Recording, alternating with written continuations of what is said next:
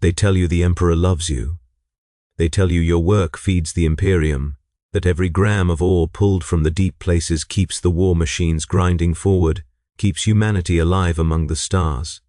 They tell you these things when you are small enough to believe them, and by the time you understand the truth, the dust has already settled so deep in your lungs that leaving would kill you faster than staying. That is the first lesson of Korath VI, though no one ever speaks it aloud. The mind does not need to chain you, it simply waits for you to breathe. I was born in Hab Block 17, subsection Delta, in a room carved from the same grey stone that would define every horizon of my existence. My mother told me I cried for 3 days straight when I first arrived, as if some part of me already knew. Perhaps all children born on mining worlds sense it, that bone-deep understanding that the rock above and below and all around is not merely their home but their tomb, patient and inevitable. The midwife had hands rough as grinding wheels and eyes the color of spent promethium, and she marked my birth in a ledger that would track every moment of my life until the final entry. Name, date, shift assignment, cause of death. 4 columns for an entire existence. The administratum requires nothing more. My father's name was Earl, and he worked Deep Shaft Gamma 12, a designation that meant nothing to me as a child, but would come to represent everything wrong with our world. He would return each cycle coated in grey dust so thick it cracked when he moved, transforming him into something like a statue come to unstable life. I remember reaching for him once, my small fingers pressing into the grit on his forearm and feeling not skin but powder, layers of it compressed into something almost like flesh. He coughed then, the sound like gravel shifting in a metal drum, and lifted me onto his shoulders so I could touch the ceiling of our Hab unit, 7 feet above the floor, the highest I would ever stand. The ceiling was stone, of course. Everything was stone. The walls of our home, the floor, the low arch of the corridor outside, the steps that led down to the processing levels and further down to the working shafts and further still to places children were not allowed to go but heard about in whispers.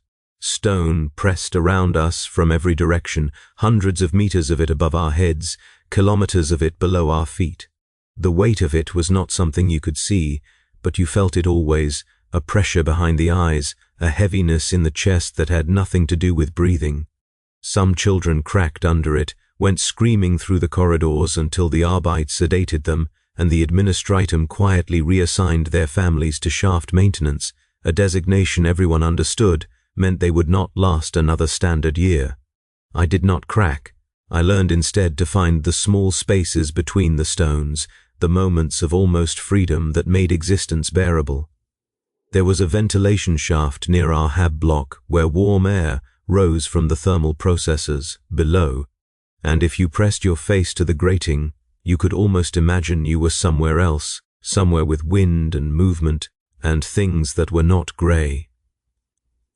There was a maintenance alcove where someone had scratched a picture of a bird into the rock, though none of us had ever seen one.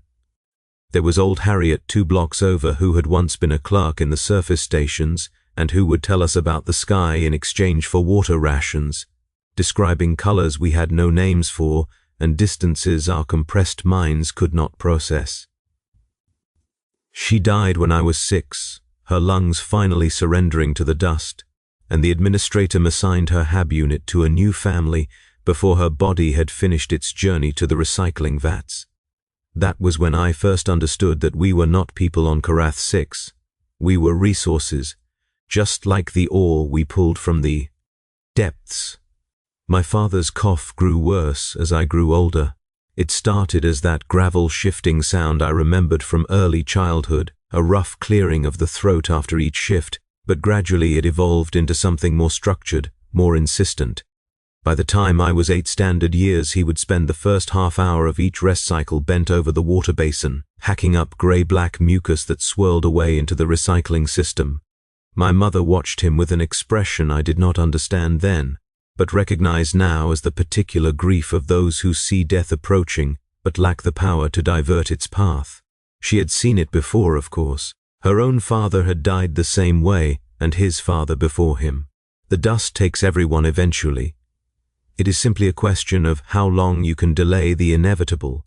The children of Hablock, 17, attended educational sessions in a converted storage chamber 3 levels up from the residential sections. A servitor with a cracked Vox unit would drone through the daily catechisms while we recited the words back, our small voices echoing off walls that seemed to swallow sound rather than reflect it. The Emperor protects, the Imperium endures, work is worship, quota is sacred. We learned to count in units of ore tonnage and to measure time in shift cycles rather than hours or days. We learned the names of the primarchs and the structure of the imperial hierarchy, though such knowledge would never serve any practical purpose in our lives. We learned that Karath VI provided 17% of the subsector's refined adamantine output and that failure to meet tithe requirements would result in consequences too terrible to specify. What we did not learn was what existed beyond the stone. Our educational servitor had no programming for geography beyond the mine complex, no data on the surface conditions of our own world, no information about the ships that came and went from the orbital stations far above. We knew. They existed because the ore had to go somewhere, but the mechanics of that transfer remained as mysterious to us as the workings of the Emperor's divine will.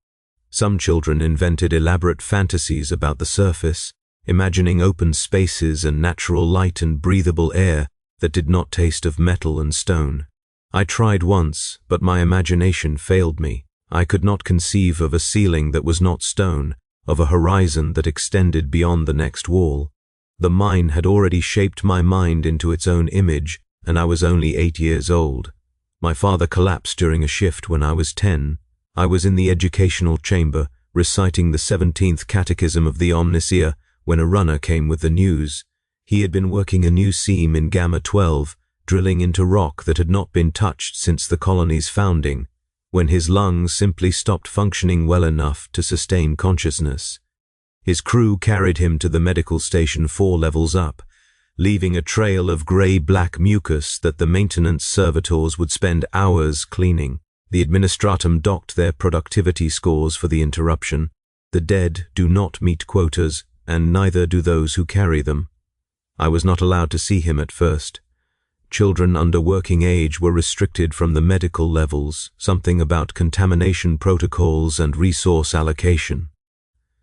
I waited in the corridor outside our HAB unit, listening to my mother sob through walls that were too thin to provide real privacy, and I felt the weight of the stone pressing down with new intensity. My father was dying, the mine was killing him, had been killing him since before I was born, and there was nothing anyone could do about it. The administratum had calculated his remaining productivity years when he first entered the workforce, and he had exceeded their projections by a significant margin. They would note this in his file as a positive variance, evidence of efficient resource utilization. He lasted another 3 weeks, each day bringing more of the grey-black mucus, more of that terrible grinding cough, more of the slow surrender that comes when the body can no longer process enough oxygen to maintain consciousness. I was finally allowed to see him on what would be his last day, sitting beside his pallet in a medical bay crowded with others in similar states of terminal decline. The air was thick with the sound of labored breathing, a chorus of failing lungs performing their final hymns to the dust that had claimed them. His eyes found me through the haze of pain suppressants, and for a moment, something like clarity returned to them. His hand, still caked with the dust that had become part of his very cells, reached for mine, and I felt the grit transfer between our palms like an inheritance. "Warren," he said, my name barely audible over his own breathing, "you listen to me now." I leaned closer, close enough to smell the decay already setting in. "They tell you the lottery is real, surface assignment, 1 per decade." His words came in fragments, punctuated by the wet rattle of lungs drowning in their own accumulated poison.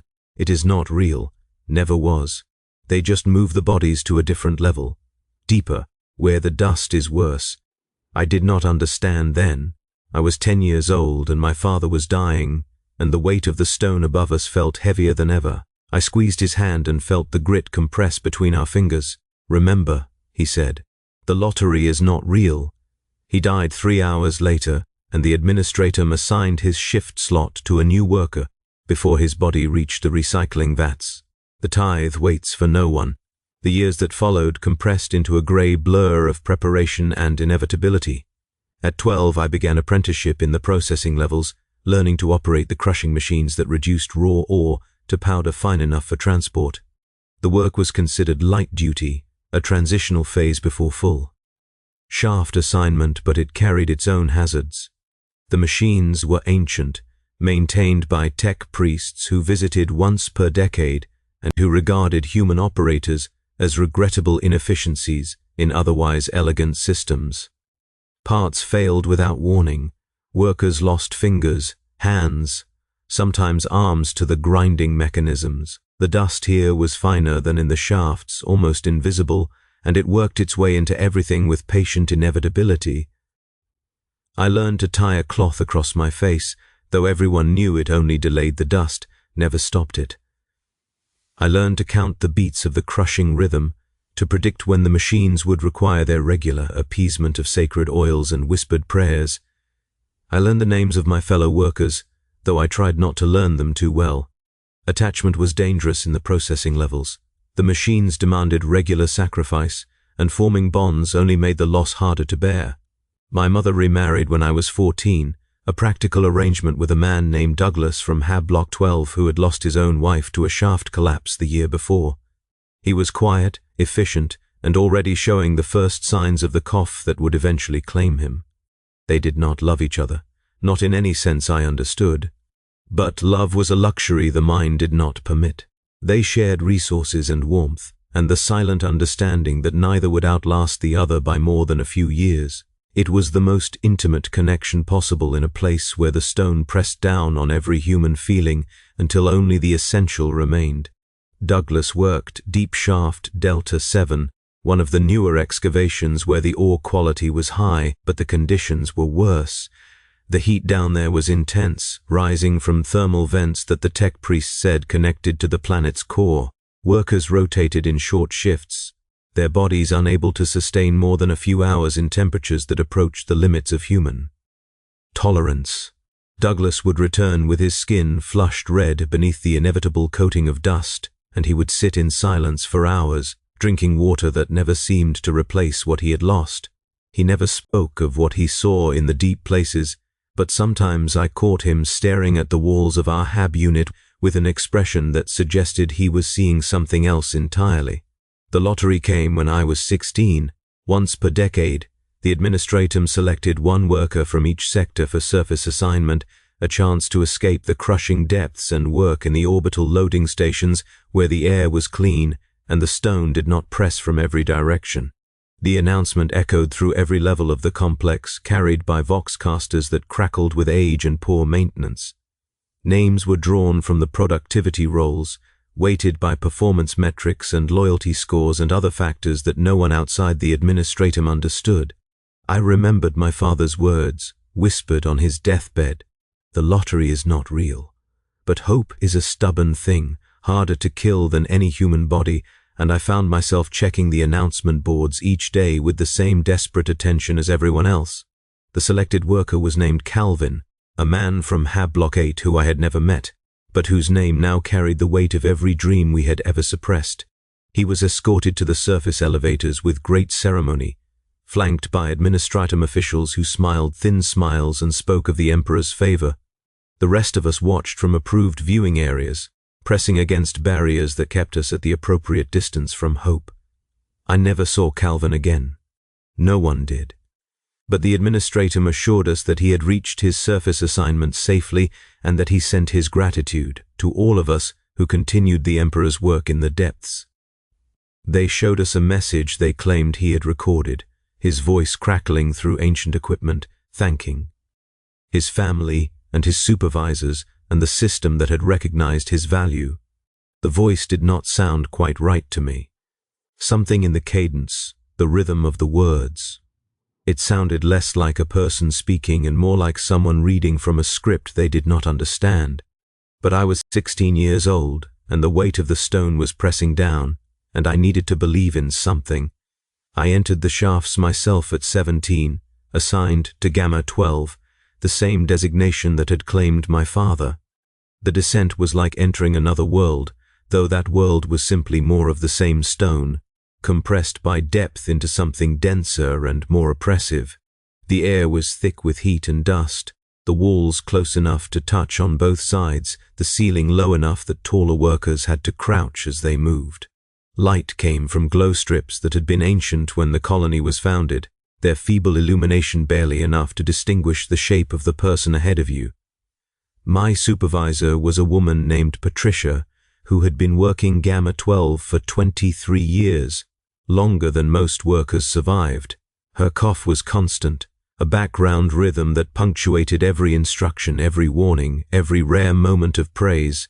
She moved through the shafts with an ease that spoke of perfect familiarity, her hands finding handholds in the dark, her feet navigating rubble that would have broken the ankles of newer workers. The dust had settled so deep in her skin that her complexion had taken on a grey cast, as if the stone were slowly claiming her from the outside in.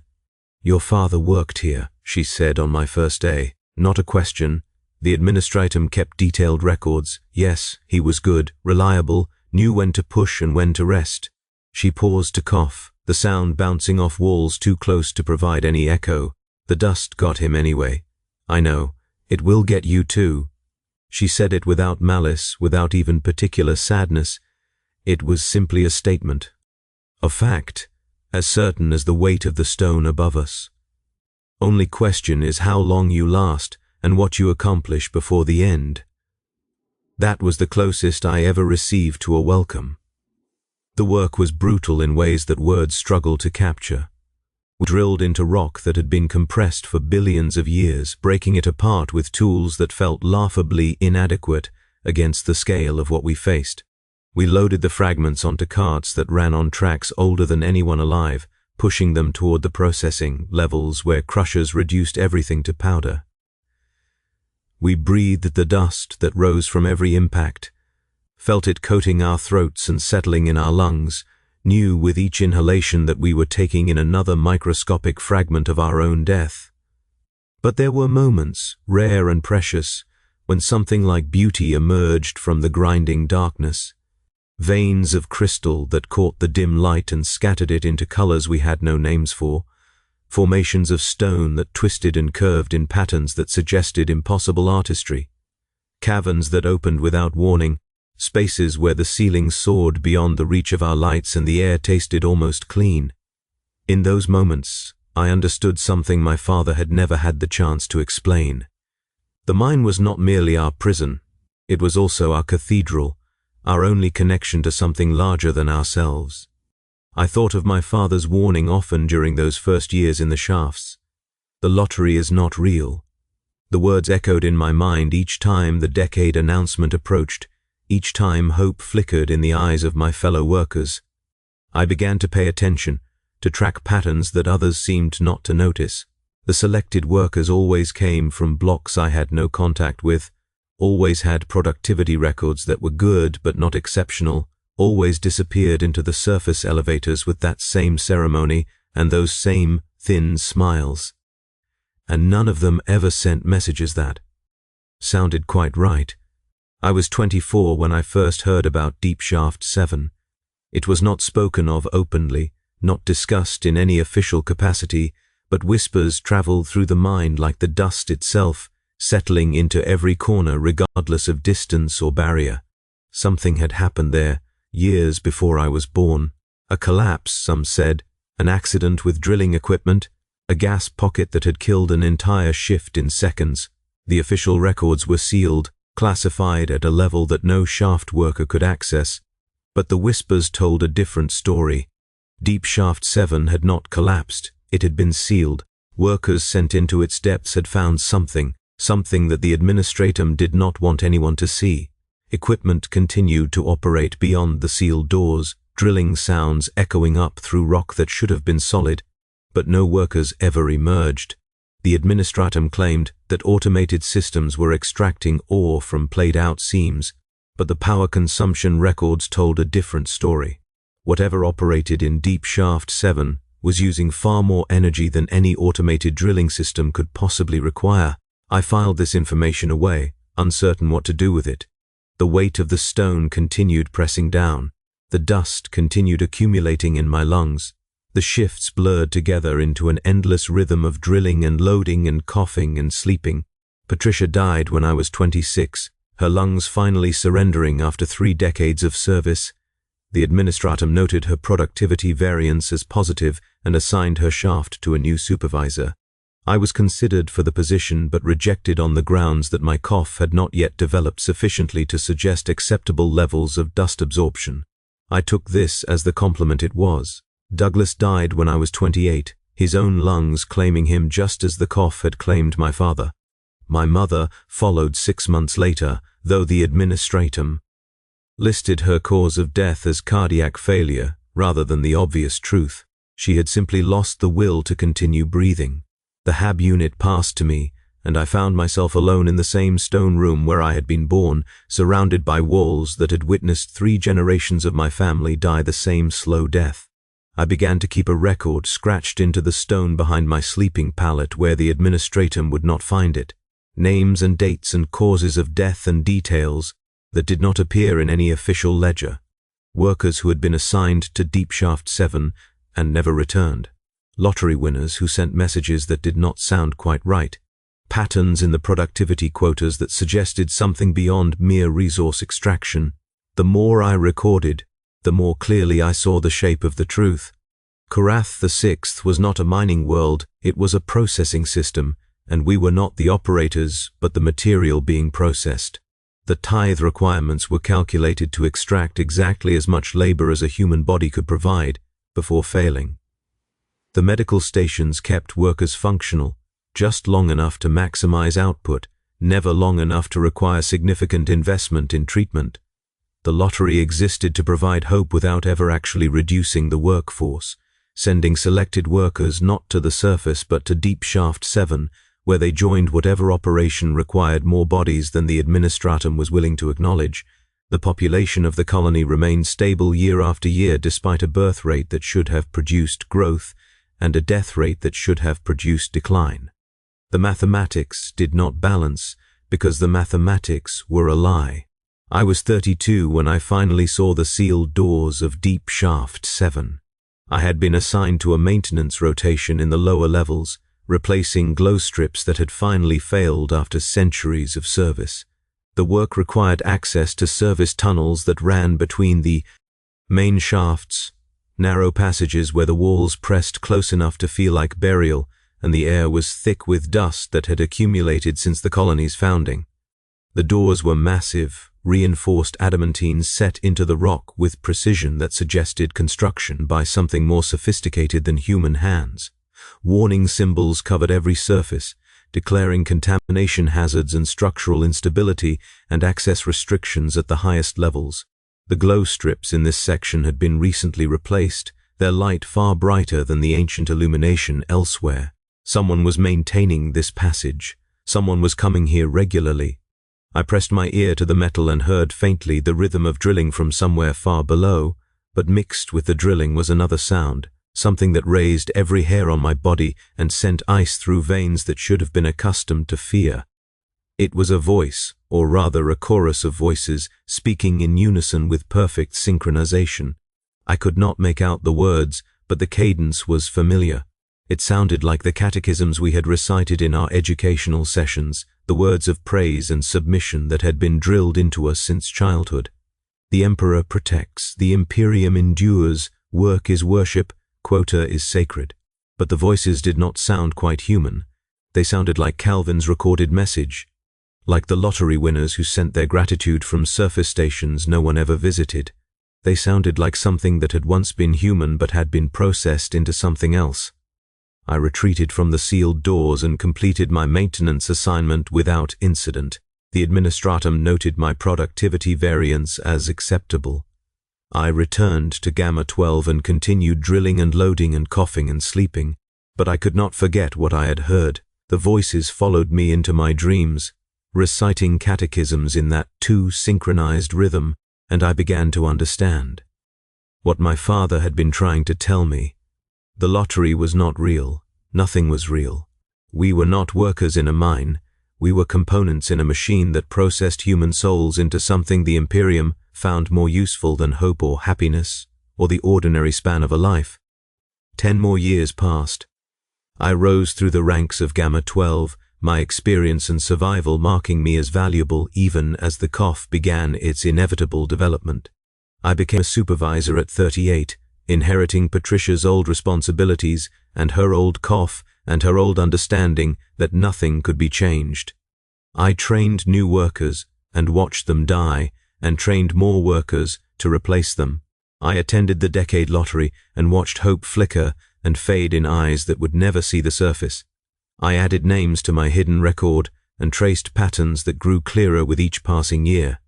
The truth assembled itself from fragments too small for any individual to see. The ore we extracted was secondary to some larger purpose. The drilling sounds from deep shaft. 7 never stopped, reaching deeper than any shaft should be able to reach. The power consumption increased year after year, drawing energy from sources that could not be explained by any operation the workers knew about. And the population remained stable, always stable, despite mathematics that demanded change. I was 43 when a new worker joined Gamma 12, a young man of 17 named Kevin, who had just completed his apprenticeship in the processing levels.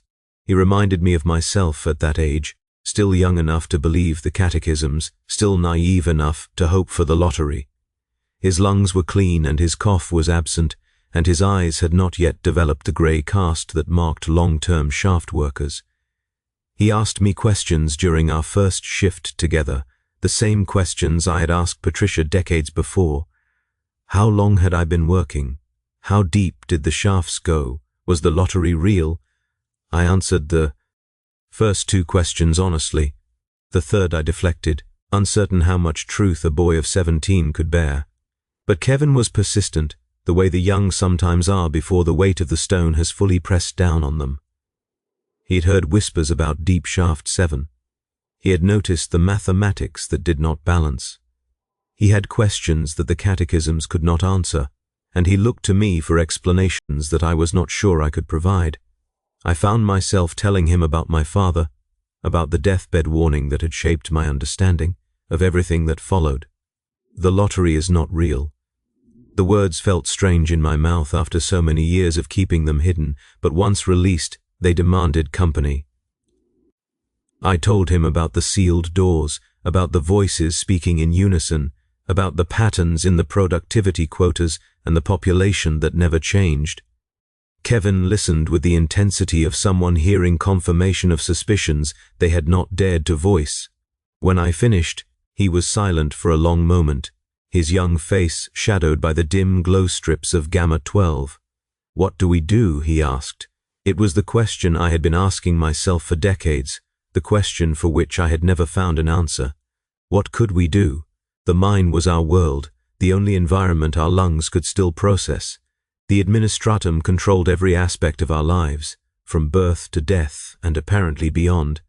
The truth I had assembled was useless without the power to change anything, and power was the one thing we had never possessed. "We survive," I told him, hating the inadequacy of the answer. "We remember. And maybe someday someone who can do something will listen." Kevin nodded, though I could see the disappointment in his eyes. He had hoped for more, for some secret resistance or hidden path to freedom.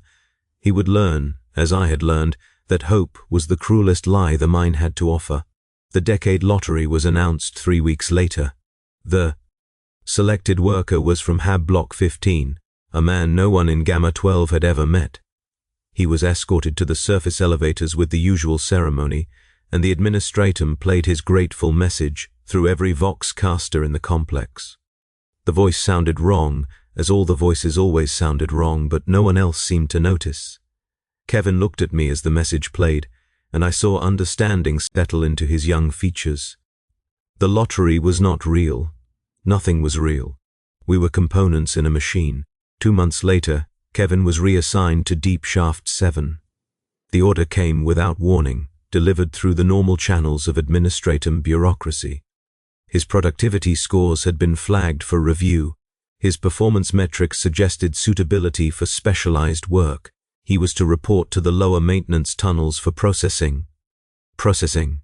The word hung in the air between us when I found him packing his few possessions, and we both understood what it meant. He would walk through those sealed adamantine doors. He would join whatever operation required more bodies than the administratum was willing to acknowledge. He would add his voice to the chorus, speaking in unison, reciting catechisms in rhythms that sounded almost but not quite human. I could refuse, he said, though we both knew the Arbites would simply drag him to his assignment, probably after ensuring he was in no condition to resist. You could, I agreed. It would not change anything. He looked at me with eyes that had aged decades in the 2 months since our conversation about Deep Shaft 7. The grey cast was already beginning to develop, his lungs absorbing the dust that would eventually claim him regardless of what happened next. On Korath 6, there were no good options. There were only different speeds of dying. Will you remember me? He asked. I touched the wall of the HAB unit, feeling the stone through my fingers, thinking of the record scratched behind my sleeping pallet. Names and dates and causes of death and patterns that no one else could see. I will remember you, I said. I remember all of them. He nodded once, picked up his small pack of possessions, and walked out of my life. I never saw him again, but sometimes, when the shafts were quiet and the drilling sounds from Deep Shaft 7 echoed up through the rock, I thought I could hear his voice among the chorus. Work is worship, quota is sacred, the Emperor protects. The years continued their relentless accumulation. I am 57 now, my cough a constant companion, my lungs so saturated with dust that each breath tastes of stone. The grey cast has consumed my skin, transforming me into something that resembles the rock that surrounds me more than the child who once pressed his face to a ventilation grating and dreamed of wind. My record has grown to cover the entire wall behind my sleeping pallet, names scratched into stone that will outlast the memory of anyone who reads them. The administratum has begun reviewing my productivity scores. My metrics suggest declining performance, a natural consequence of lungs that can no longer process enough oxygen to sustain full work capacity. I know what comes next. I have traced this pattern through dozens of workers before me, first the review, then the medical evaluation, then the reassignment. Deep Shaft 7 is waiting for me, as it has been waiting since before I was born. I find, strangely, that I am not afraid. The fear burned out of me years ago, consumed by the weight of the stone and the slow accumulation of truth. Whatever operation continues behind those sealed doors, whatever process transforms workers into voices that speak in unison, it is simply the final stage of a journey that began the moment I first breathed the dust of Korath the 6th. We are all being processed, from birth to death and beyond. The only question is whether we understand the machine we are part of. There is a new worker in Gamma 12, a girl of 17 named Alyssa, who reminds me of Kevin, who reminds me of myself, who reminds me of my father. She asks questions that the catechisms cannot answer, and her eyes hold the stubborn light of hope that has not yet been extinguished. I see her watching me when she thinks I am not looking, studying the grey cast of my skin and the rhythm of my cough and the patterns of movement that speak of decades spent in the deep places. Yesterday she asked me if the lottery was real. I thought of my father gasping out his final warning on a medical pallet surrounded by others dying the same slow death. I thought of Kevin, walking through the sealed doors to join the chorus of synchronized voices. I thought of all the names scratched into the wall of my HAB unit, all the patterns that no one else could see. The lottery is not real, I told her, and watched her eyes widen with the weight of understanding. But you need to know why. I showed her the sealed doors. I let her press her ear to the metal and hear the voices speaking in unison. I pointed out the mathematics that did not balance and the productivity quotas that extracted exactly as much labor as a human body could provide before failing. I gave her the truth that my father had given me, the truth that Kevin had died understanding, the truth that had shaped every moment of my existence since that deathbed confession 47 years ago. She listened as I had listened, and when I finished, she asked the same question Kevin had asked, the question for which I still had no better answer. What do we do?"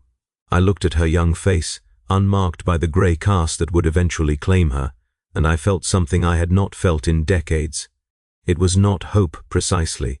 Hope had died in me long ago, smothered by the weight of the stone, but it was something adjacent to hope, something that recognized the value of passing knowledge forward, even when that knowledge could not change anything. "You remember," I told her, "you add your understanding to the understanding of those who came before. And maybe someday, when enough people remember, something will change." It was the same inadequate answer I had given Kevin, the same answer Patricia had given me, the same answer that had been passed down through generations of workers who understood the truth, but lacked the power to alter it. But as I spoke the words, I realized something that had escaped me before. The record on my wall was not just documentation, it was resistance. Every name I had scratched into the stone was a refusal to let the machine operate in complete silence. Every pattern I had traced was a crack in the structure of lies that kept the system functioning. The administratum depended on our ignorance, on our acceptance of catechisms that explained nothing, on our hope for lotteries that did not exist. By remembering, by passing truth from one generation to the next, we were slowly building something that the machine could not control. It would not save us. Nothing would save us. The dust would claim Melissa, as it had claimed me, as it would claim everyone who breathed the air of Korath VI. But the truth would survive, scratched into stone behind sleeping pallets and whispered between workers who understood what the catechisms were hiding. And maybe, generations from now, when enough truth had accumulated, someone would find the power to do what we could not. The machine would continue processing us until then. Deep Shaft 7 would continue its mysterious operations. The lottery would continue selecting workers who sent grateful messages that did not sound quite right. The population would remain stable despite mathematics that demanded change. But we would remember. We would always remember. My reassignment notice arrived this morning. I am to report to the lower maintenance tunnels tomorrow for processing. The administratum thanks me for my 40 years of service and assures me that my contribution to the Emperor's grand design will be appropriately recognized. The words are the same words they have used for every worker before me, and they carry the same hollow weight. I will go because there is nowhere else to go. I will walk through those sealed adamantine doors and discover what lies beyond. I will add my voice to the chorus if that is what the process requires, speaking catechisms in rhythms that sound almost but not quite human. And somewhere in a HAB unit I will never see again, Melissa will continue scratching names into stone, building the record that is our only form of resistance. The weight of the stone presses down as it has always pressed down. The dust settles in my lungs with each breath. The grey cast has consumed so much of my skin that I can no longer remember what color I was born. But I can still remember my father's hand, rough with grit, pressing against mine in that final moment. I can still remember his voice, barely audible over his own dying breath. The lottery is not real. It was not much, as final gifts go, just a handful of words that changed nothing and everything.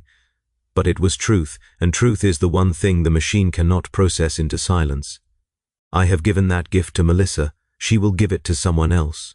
And the chain will continue, unbroken, until the last mine on Korath 6 finally exhausts itself and the stone releases its final claim on us. That is the dark reality of growing up on a mining world. Not that we die, because everyone dies, everywhere, regardless of circumstance, but that we die slowly, processed by a system that pretends to honor our sacrifice while extracting every gram of value from our bodies and our hope. The darkness is not the absence of light, it is the presence of lies, so carefully constructed that most never see through them. I see through them now. I have seen through them for 47 years, and tonight, in my final hours as a person rather than a process, I am adding one last name to the record scratched into the wall behind my sleeping pallet. My own. Warren, son of Earl, shaft worker, Gamma 12, 40 years of service, cause of death, processing. Let them remember me, let them remember all of us. Let the truth accumulate until the weight of it finally cracks the stone that has pressed down on us for so long. It is all we have, it is all we ever had, and in the end, it will have to be enough.